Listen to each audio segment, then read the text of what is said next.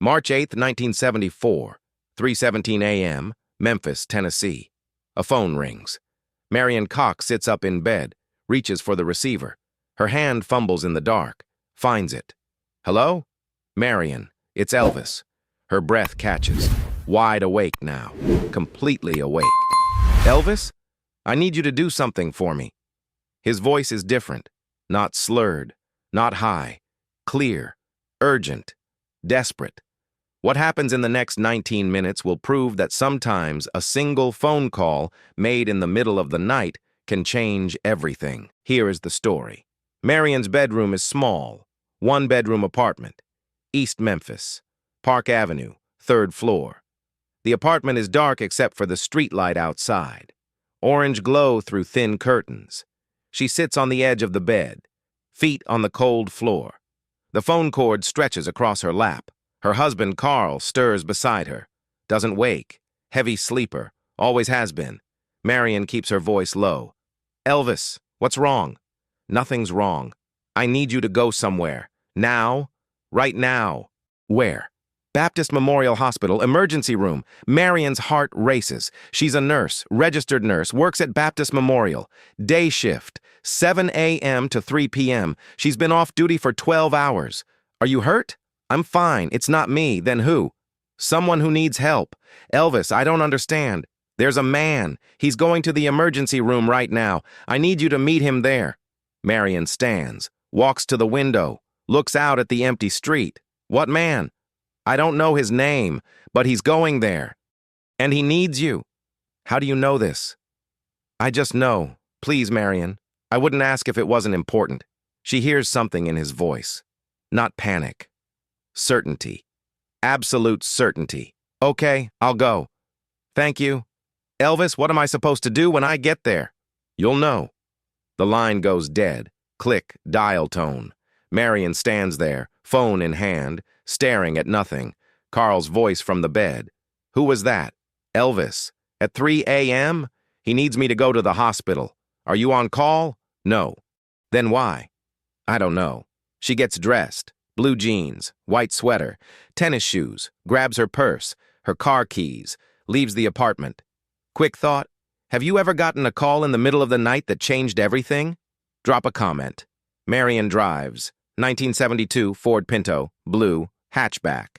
The streets are empty, no traffic, just streetlights, occasional stoplight, all red. She runs 2 of them, no cops, no witnesses, just her and the night. Baptist Memorial Hospital is 4 miles away. She arrives in 8 minutes, parks in the staff lot, walks to the emergency room entrance. Automatic doors slide open. The waiting room is nearly empty. 2 people, a woman holding a sleeping child, and a man, sitting alone, far corner, head in his hands.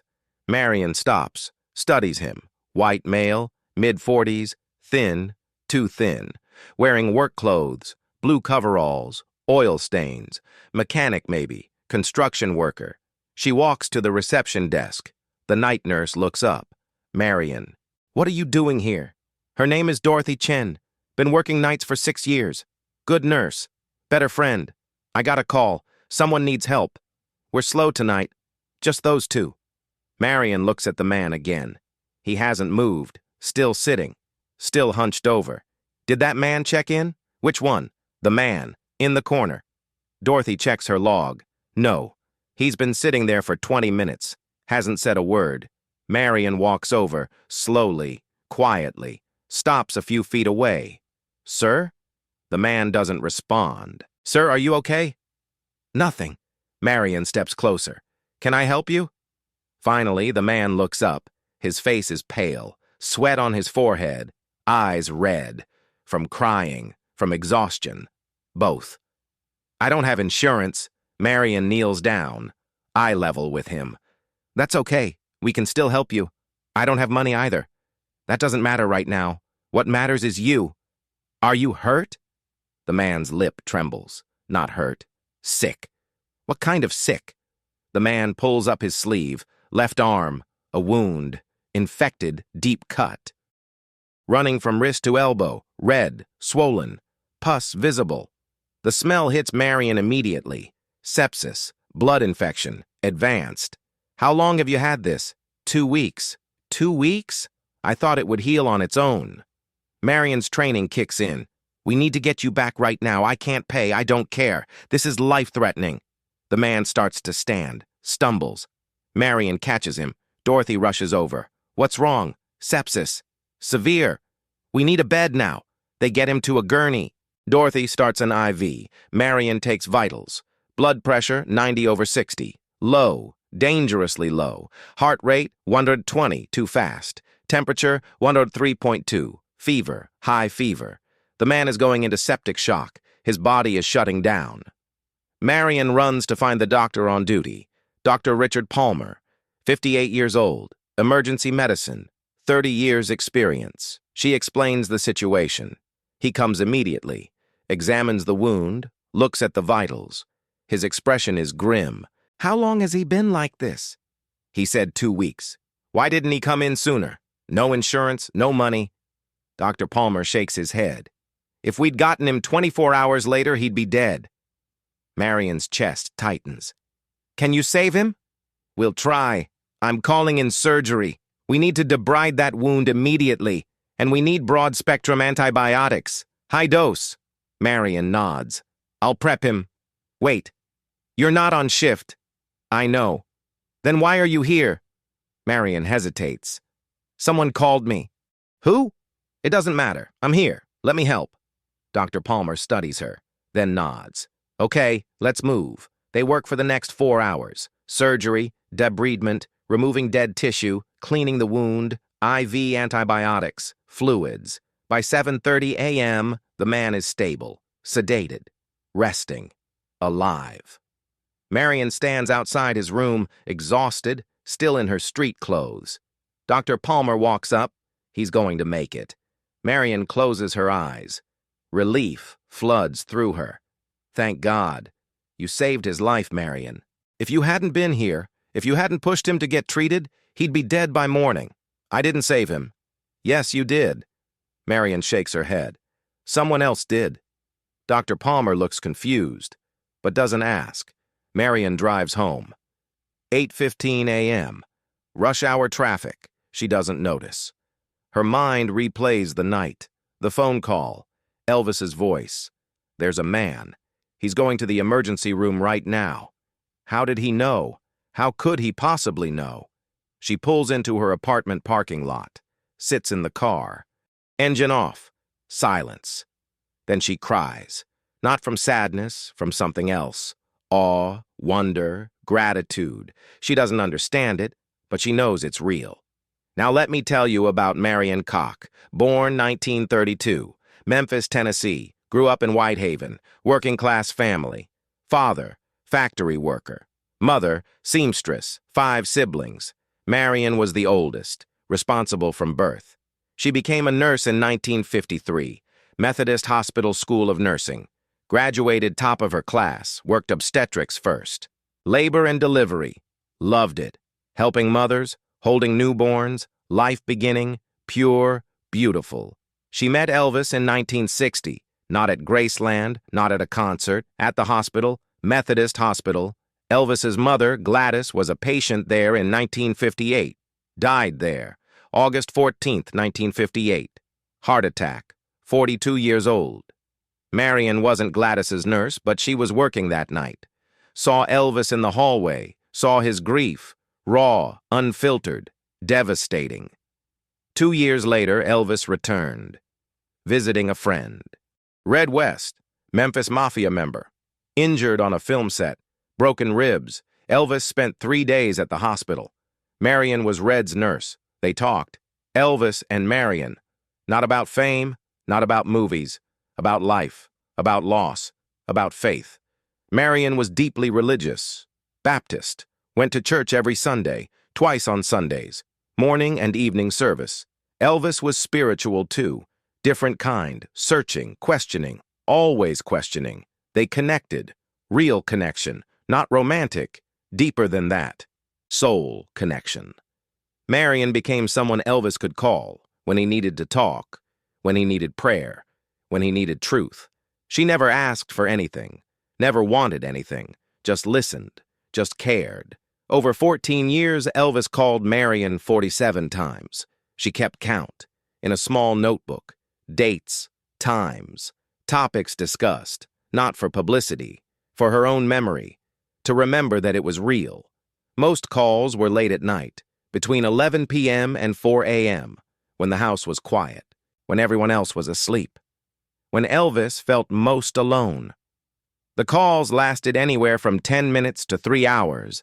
Topics ranged from his mother, his fears, his faith, his doubts about God, his struggles with fame, his questions about the afterlife.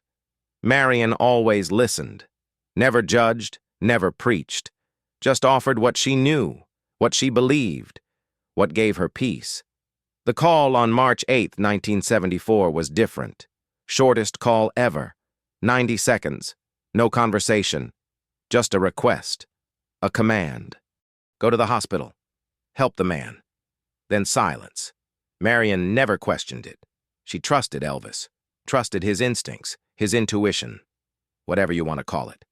The man Marion saved that night was named Thomas Ridley, 42 years old. Construction worker. Single.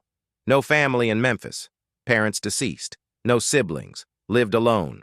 Small apartment. South Memphis. He'd been working on a demolition site. Cut his arm on a rusted metal beam. Cleaned it himself. Bandaged it. Thought nothing of it. But the wound got infected. Staph infection. Then sepsis. His body tried to fight it. Failed. By the night of March 7th, Thomas knew he was dying. Felt it. The fever, the chills, the confusion. He got in his truck. 1967. Chevy pickup. Green. Drove to Baptist Memorial. Walked into the emergency room. Sat down. Waited. For what? He didn't know. Death, maybe. A miracle. Something. He'd been sitting there for 20 minutes when Marion arrived. 20 minutes from death. Maybe less. After surgery, Thomas stayed in the hospital for 11 days. Recovery, antibiotics, physical therapy for his arm. Marion visited every day, even on her days off. Brought him books, magazines, home-cooked meals. Thomas was confused. Why are you doing this? Doing what? Taking care of me. You don't even know me. Marion smiled. Someone asked me to. Who? A friend. What friend? Marion didn't answer. Not then. On the 9th day, Thomas asked again. The friend who sent you. Who was it? Marion sat down. Looked at him. Can you keep a secret? Thomas nodded. Elvis Presley. Thomas laughed. Then stopped. Realized she was serious. Elvis Presley sent you? To help me? Yes. Why? I don't know. How did he know I needed help? I don't know that either. Thomas stared at her. I don't understand. Neither do I. But I know it's true. Thomas leaned back, silent, processing, finally spoke. I was going to kill myself. Marion's breath caught. Thomas continued. Before I came here, gun in my hand, I was sitting in my apartment, loaded, ready. But something stopped me. A voice, not out loud, in my head. It said, go to the hospital. So I did, and you were there. Tears filled Marion's eyes. Thomas, I'm so glad you listened. Me too. Thomas was discharged March 19, 1974, 11 days after admission.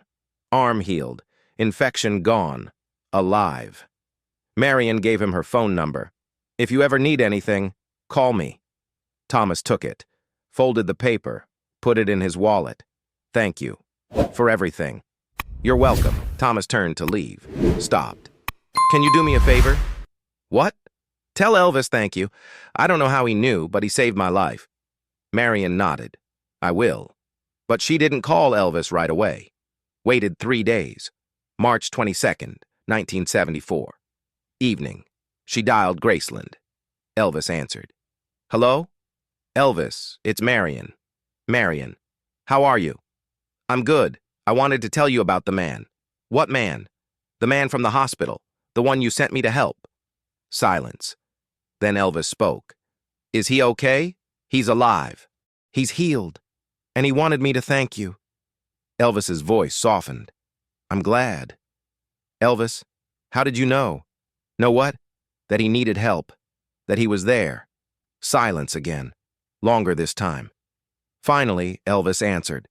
I had a dream about a man dying alone in a hospital, and in the dream, I saw you, standing there, and I knew you could save him. So when I woke up, I called you. Marion's eyes filled with tears. You had a dream. Yeah, and you trusted it. I trust my dreams, Marion. Always have. They don't lie. Marion smiled through tears.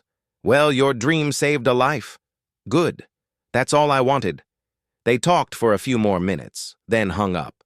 Marion never told anyone the full story, not for years, kept it private, sacred, between her and Elvis and Thomas. Thomas Ridley rebuilt his life. Slowly. Started with small steps. Got a new job, better company, better pay. Moved to a better apartment, 2 bedrooms, North Memphis. Started going to church, Marion's church, Bellevue Baptist. Sat in the back row, every Sunday, morning and evening service. He and Marion became friends, real friends. She introduced him to her family, her husband Carl, her children, 2 daughters, 1 son. Thomas became like an uncle. Family gatherings, holidays, birthdays, always invited, always welcome. In 1976, Thomas met someone, a woman, Sandra Miller, 38 years old, widow, 2 kids, boy and girl. They met at church, started talking, then dating, then love. They married June 12, 1977. Small wedding, Bellevue Baptist. Marion was there, front row, crying, happy tears. 2 months later, Elvis died. August 16, 1977. Marion heard the news on the radio, driving to work, morning shift. The DJ's voice. We've just received word that Elvis Presley has died at his home in Memphis. Marion pulled over, side of the road, put the car in park, and sobbed. Not gentle crying, deep, wrenching sobs. The kind that come from losing someone you love. She called in sick that day, first time in 24 years, stayed home, sat in the living room, staring at nothing. Carl tried to comfort her. She couldn't be comforted. The funeral was August 18, 1977. Graceland, private, family only. Marion wasn't invited, didn't expect to be. She wasn't family, not officially, but she went anyway, stood outside the gates, with thousands of others, fans, mourners, people who loved him. She stood there for 6 hours, in the Memphis heat, August heat, 90 degrees, humid, didn't care, needed to be there. Needed to say goodbye. When the service ended, when the hearse drove away, Marion finally left. Drove to the hospital. Her hospital. Baptist Memorial. Walked to the emergency room. Sat in the waiting area. The same chair where Thomas Ridley had sat. 3 years earlier. Dying. Alone. Waiting for a miracle. And getting one. Because Elvis had a dream. Because Elvis made a phone call. Because Elvis cared. Marion sat there for an hour, then went home. Thomas called her that night. Marion, did you hear? I heard. I can't believe it. Neither can I. Thomas paused. I owe him my life. I know. I never got to thank him. He knew, Thomas. He knew. Years passed. Marion kept nursing. Retired in 1997, age 65, 45 years as a nurse, thousands of patients, countless lives touched, but one story she never forgot. One phone call, one man, one miracle. Thomas thrived, stayed married to Sandra, raised her 2 kids like his own, later had 2 more together. 4 kids total. Became a grandfather in 1995. 5 grandchildren by 2005. He worked until he was 70, retired, healthy, happy, surrounded by family. Every year on March 8th, Thomas called Marion. Anniversary of the night she saved him. He never missed a year. 35 years. 35 calls. Always the same. Thank you, Marion. You're welcome, Thomas. I'm still here because of you. Because of Elvis. Because of both of you. In 2009, Marion finally told the story publicly. A reporter from the Memphis Commercial Appeal was doing a piece on Elvis, 35 years after his death. Interviews with people who knew him. Marion agreed to talk, told the story, the phone call, the hospital, Thomas Ridley, the dream. The reporter was skeptical.